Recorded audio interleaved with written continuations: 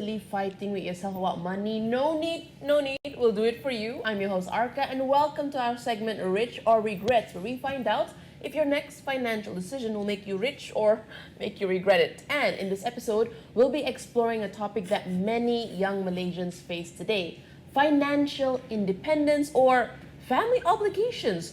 Should young Malaysians prioritize personal wealth over family support? And in a rapidly evolving economy and society, young adults are often caught between the desire to build their own financial futures and the cultural expectations to support their families. And to further explore key arguments on both sides, we have two debaters here that will see if it's possible to balance these competing priorities. First up, the self-proclaimed certified financial prodigy. We have one here who advocates for financial independence. Now, one, can you tell us why you think that the young people should prioritize their own financial future? Thank you so much, Arka. So, before we begin, I know this is going to be a really touchy topic. It's going to be a really good debate, that's for sure. But for me, I personally believe it's important for young Malaysians, especially those of us who are just starting out to work. We have to prioritize our financial independence first, because I firmly believe that focusing on building our personal wealth early, in our early years, it will help secure our future in the long term. It will avoid financial strain, and also ultimately it also puts us in a better position to help our family later on in life. Right now, when you don't have the money, how can you spend? But when you have built yourself a nice egg, then you can share the wealth with the rest of your family. That's what I personally think. Thank you, Juan, for that. Next up is Pavi, who is all about supporting family obligations. You pretty much are a family-oriented person anyway, and you feel that financial success can't be fully enjoyed without ensuring the well-being of your loved ones. So, Pavi, can you elaborate further on this? Okay, so many of us are getting it wrong. We think it's an obligation, but it is not. It is a necessity. And we can, build our personal wealth and also take care of our family at the same time. For me, family comes first, and who are we now without them at the first place? And how can we neglect our loved ones for only choosing ourselves to be in a better place? Yeah, so it takes two to tango, and there's a way to do it. I think in your case, it's more than two that's tangoing. There's like Yes. 5 people tangoing there. Thank you for that, Pavi. And with that, let's go to this in. And let's move on to my first question to start things off. So, how do cultural expectations in Malaysia especially influence the balance between personal wealth and family responsibilities? Let's have Pavi start. Okay, so many of us, like what I told you just now, we're thinking it's like an obligation, just like my opponent, but it isn't a duty, it's actually a sign of respect. And then it is also a core value nowadays in our communities, to be very precise, balas budi. Okay, they were forking out a lot of money for us, when we were growing up, and now this is Your chance to pay our back, chance to return. It is by money, but for me it's love. So you're saying you don't just have to give financially to your family, there's other ways as well. No, obviously, financially, but because now we are talking about financially, right? But I'm not seeing it as in the form of money. Then it might find a bit difficult or anything for us. So for me, it's like in giving in form of love. It can be money, but it's like giving them love. Okay, you get what I mean? And also there's a saying, give out when you have more. So why not we start from home first? Got it. One, what are your thoughts on, cultural expectations in Malaysia influencing, all this? Okay. If they want love, give them a hug. I mean, It can be anything. It can be a hug, it can be a kiss, it can be a money. So what You I'm said saying, it yourself. anything but money. It Anything doesn't but have, money. It doesn't have to So be you're okay money. seeing your loved ones struggling. It's not that I'm okay with seeing my loved ones struggle, but the thing is, there's always a certain amount that you can give. You know? Exactly. Yes, but most of the time you still need to focus on yourself first. We are not It's not saying about we being are neglecting selfish. our personal But- wealth here. Some might argue that because you are just starting out, you have no commitments, Exactly. no commitments that you are able to provide for your family. That can be true for some people, but most of the time, when people start out working, especially those young Malaysians right now, they might not have enough resources at the end of the day to help with themselves, to save for the future. Because the most important thing now is that we want to help build our future, build our wealth in the future so that we can provide more to our families. Right now might be not the time. Okay, sure, the family has helped out with our to get us where we are. That's fine. But then there are also some people who had to make it out on their own without the support of their family. There are people who had to go borrow from the bank, PTPTN, all that to study and everything. So the family did not have to expend as much. So now it's not about who gets what, when, or what. It's not like balas budi, you have to give back from karma or whatever it is. But it's the cultural expectations here that I want to focus and go back to. Okay. The cultural expectations in Malaysia, it leads to family support, yes, but there's always a limit. Okay, because it will affect your personal growth, it will affect your financial independence, and right now our generation, we're facing these different challenges and that our parents did not have in the past. We have got higher living costs, we've got tougher job markets, and also we have to save for the future. All right, so we need to prioritize that first. We need to make sure that we are stable, that we can support ourselves first. Because if we're going to support our family and focus on supporting our family and neglect ourselves, in the long run, how can we support our family if we ourselves are going to be struggling? So your whole point, to summarize, is you're not prepared to look after someone until you can look after yourself. Exactly. We need to first be able to look after ourselves. Then, once we have built that stability in the near future, then we can think about, here you go. This is what I've been doing. I've been saving up so that we can have this in the future. So it's especially here in urban areas, right? There's a growing belief that young people, they need to take control of their finances to secure their future, which is true. But if we're constantly tied down by family obligations, the key word is obligations. It's not a choice. It's something that we have to do. If we're tied down by that from a young age, then it's a huge stepping stone, or a huge blockade. But you won't say a burden, but it's like it's an obstacle. It's an obstacle in a way. All right. Yeah. But cultural norms aside, right? How about, let's say, focusing on personal wealth early, right? Let's say they do go your route. They focus on themselves, they build their wealth from the beginning. Will this lead on to better financial support for family members in the future? Do you think so, Bobby? Yes, I think I'll take myself an example. Like, I became financially independent when I was 13. So now I get to, share my cake with both my siblings, and it's more like a system button now. Like, we help one another, and that has fostered our relationship as well.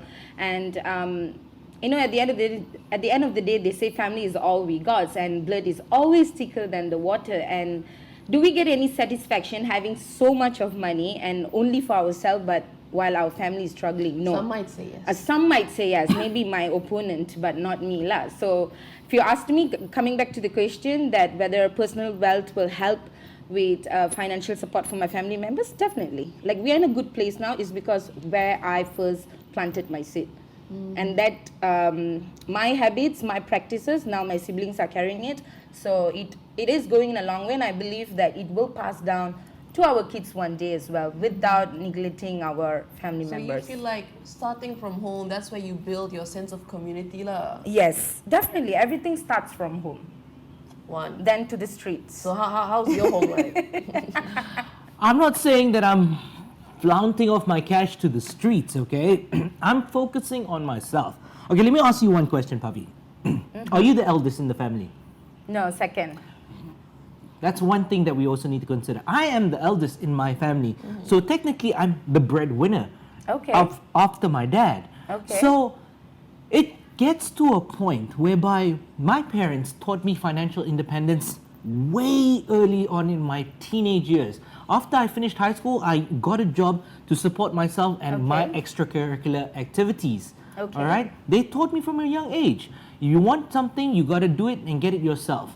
So that's why I had to build my future starting from a young age. I built it to the point where by now I'm 31 years old. Yes, I have much better financial stability than when I was back when I freshly graduated from university at around 24, around that age, give or take. So now that's what I'm trying to say. I built that stability. I made sure that I had the financial wealth to give out to the family. I understand what you're saying. Like, I'm not against that. But what I'm saying is, you don't have to, pick them up later when you are financially stable. It goes along the way. So what you're saying You don't is- like drop everything, drop the bags, and then, just focus on yourself. And then when you're financially ready, then pick everything back. They're not an option. No, but think about it this way, okay? If you prioritize building your financial foundation when you're young, you set yourself up for a stronger position to help later. Because if you've got nothing to give, how can you give? All right? When we were starting out working, fresh grad salary, let's, for example, 2.5. At that time, 2,500 living in KL, that is chump change. You literally can't get through a month with even enough savings for yourself. So and now living you paycheck to paycheck lah. living paycheck to paycheck because you were still young at that time. You had to worry about your rental expenses, your car, whatever it is, and then your living expenses. At the end of the month, you've only got maybe about 200-300 left to spare.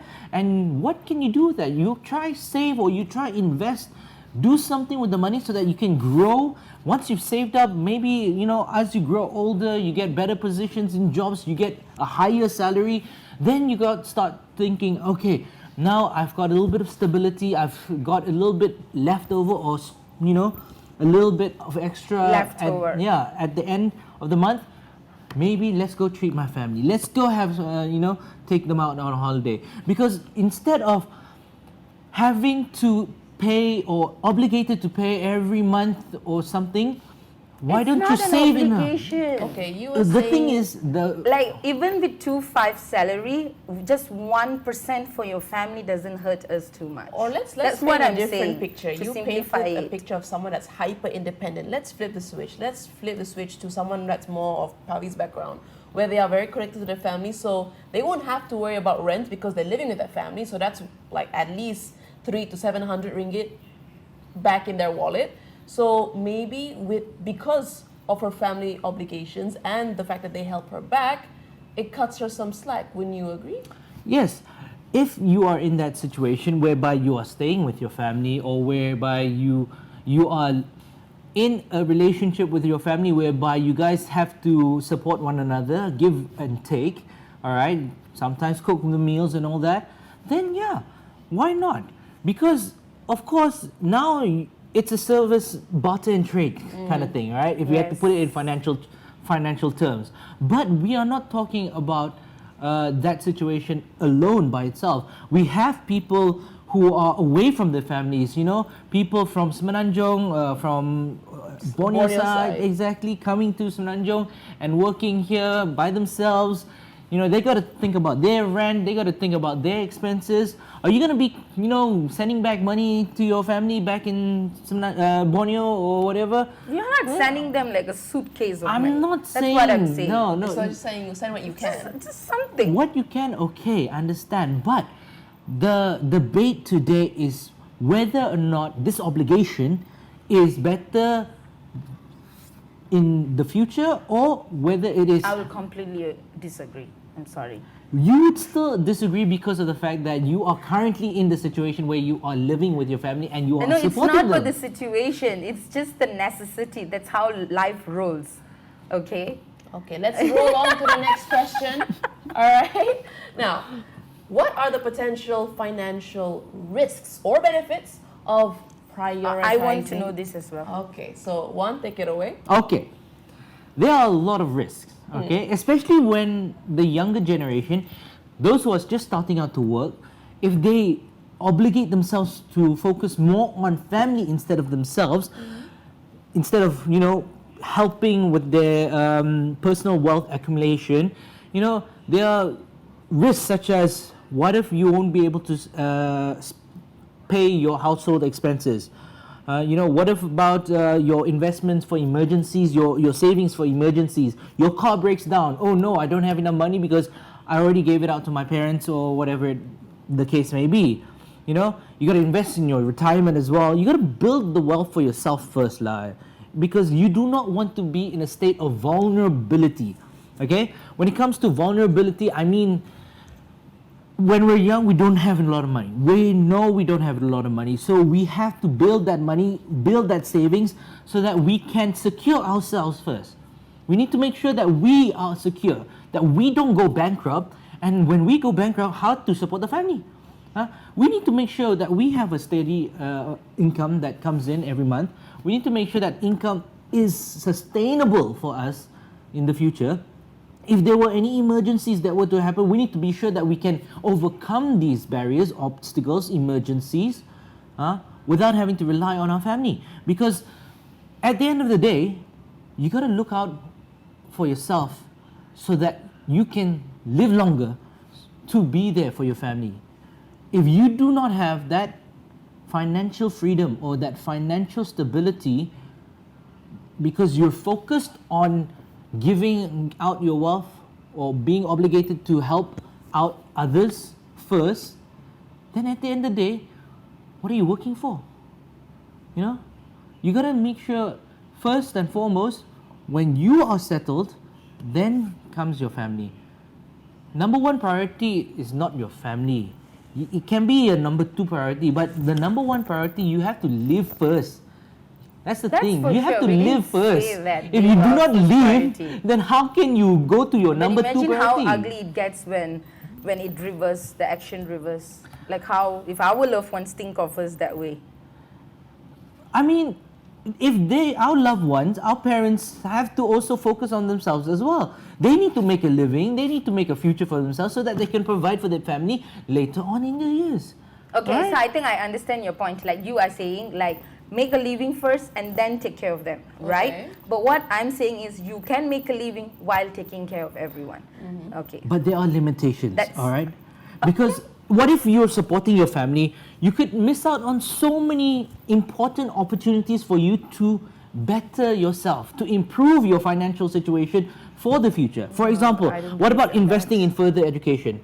If you're spending out money, obligated to spend a little bit of wealth on your family, instead, why don't you go further your studies, get a master's or a PhD or something? That will I'm not going to give my entire paycheck I'm not to them. saying it's not your entire paycheck, but it's still a stunt. You still have to give something, and that could be limiting what you could potentially do with it. Because you could take the full amount, instead of giving it to your family, you could go further your education, you know, or you can do some very important investments, you know, that could lead you to a higher income. That's focusing on yourself, getting a higher income, which is the ultimate goal, okay? Basically improving your living situations, your financial situation, so that your family can benefit from it in the long run. That's the thing. We do not want to live paycheck to paycheck every single, you know, for the rest of our lives. We want to be able to live in a way where we do not have to worry about the paycheck coming at the end of the month, because we'll have something left over so that we can do something with ourselves. We want to go take our family to nice dinners, take them on holiday without having to worry about when's the next paycheck going to come in. That's what I'm trying to talk about. That was the cons. What about the benefits, the pros?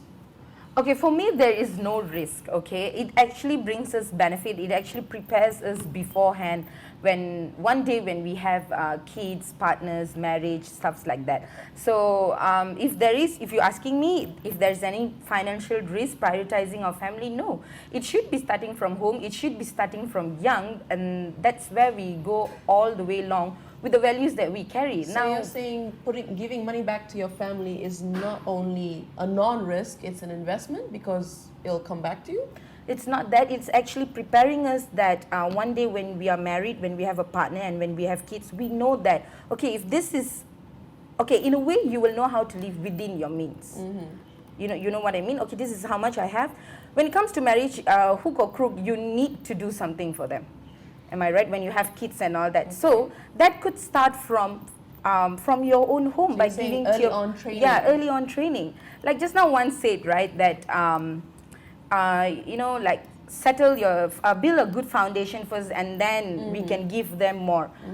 Now, for an example, touchwood lah, okay, touchwood. We are growing up, and in the midst of growing up, we found out that our parents have debt. Okay. Are we gonna neglect them? I feel like that's a personal question though, because some people might feel obligated to help their parents, others might not, because they're their own adults. So it was their choice to go into debt, no? Yes, exactly. But the thing is, I feel like at the end of the day, it's about, like I said, family comes first. So if it's me, I would definitely help. I wouldn't neglect them. You mentioned that, this is setting you up for your future, it's training ground for when you want to get married. Yes. But modern day Malaysians, there are a large chunk of them that do not plan on having the nuclear family dynamic. They don't want a family, they don't want kids. So would this benefit them, having family obligations, when it does not serve them any purpose in the future?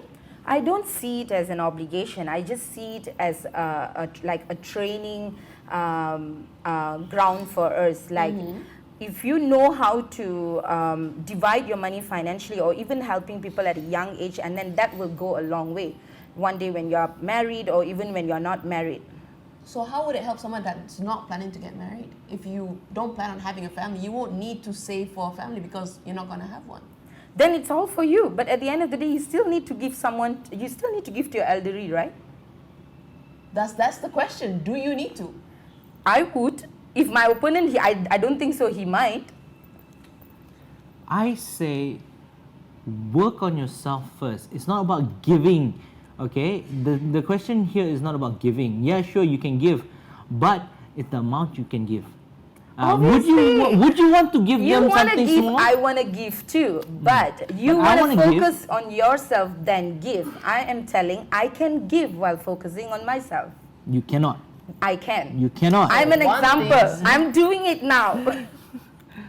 So one, you think that puppy would burn out financially? No. Financially, it's not the financially savvy decision. All right. Oh my God. Okay. Let's take a breather. Now, next question here. Should young Malaysians have a formal plan or agreement with their families, kind of like either a spoken or non-spoken contract with your families regarding financial contributions and how this could help manage expectations? Or should it be like an unspoken thing where like, I help them, they should help me, they should know, like it should be telepathic, so to speak? How about one, you start off?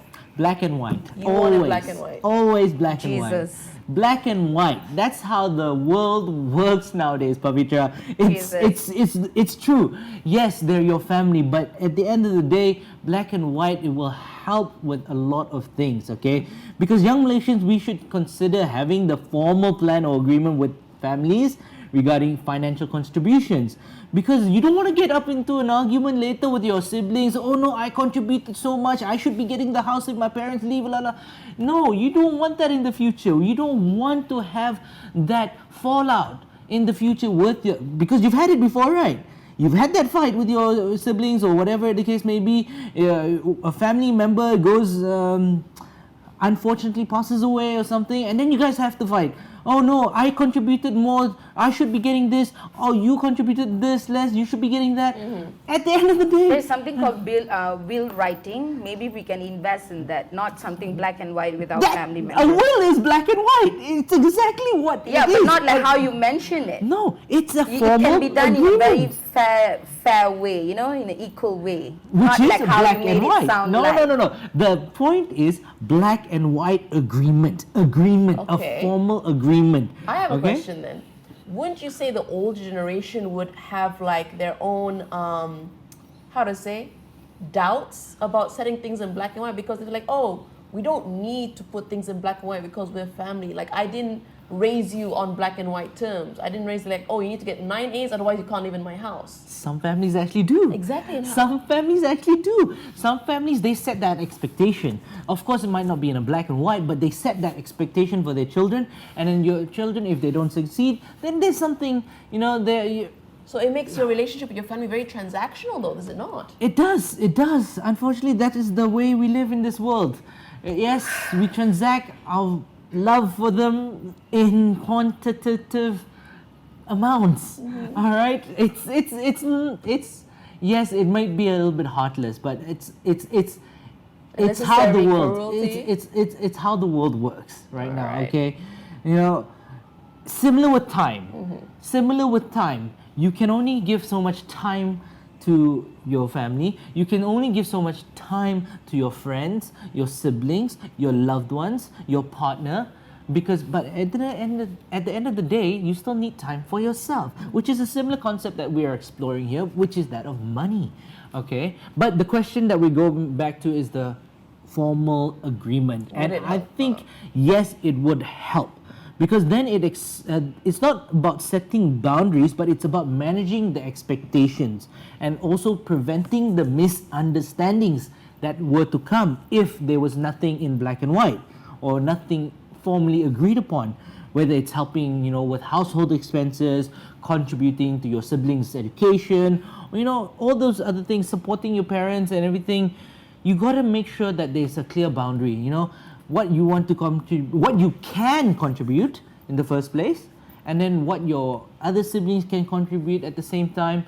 It's all about getting together and making a plan so that everyone gets, a fair, it's a fair amount. It's not Alright. about, we don't want that misunderstanding in the future. That's the thing. The fallout from when it comes to money, there's always going to be a fallout Alright, in the fair enough, future, fair right? enough.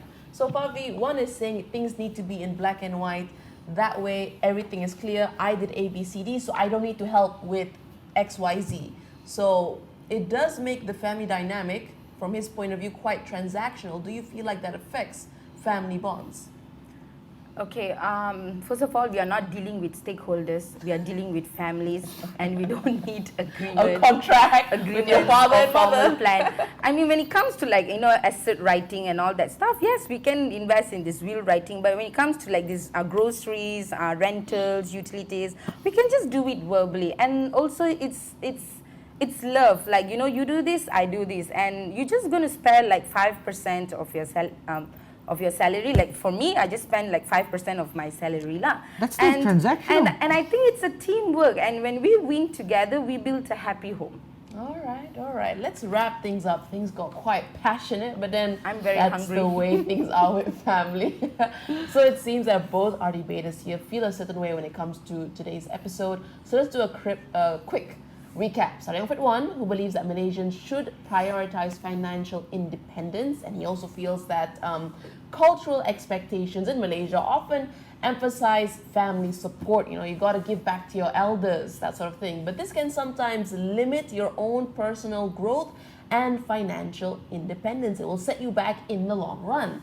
And one believes that focusing on personal wealth early can lead to better financial support for family members in the future. He's not saying don't support your family, he's just saying do it later when you're already established.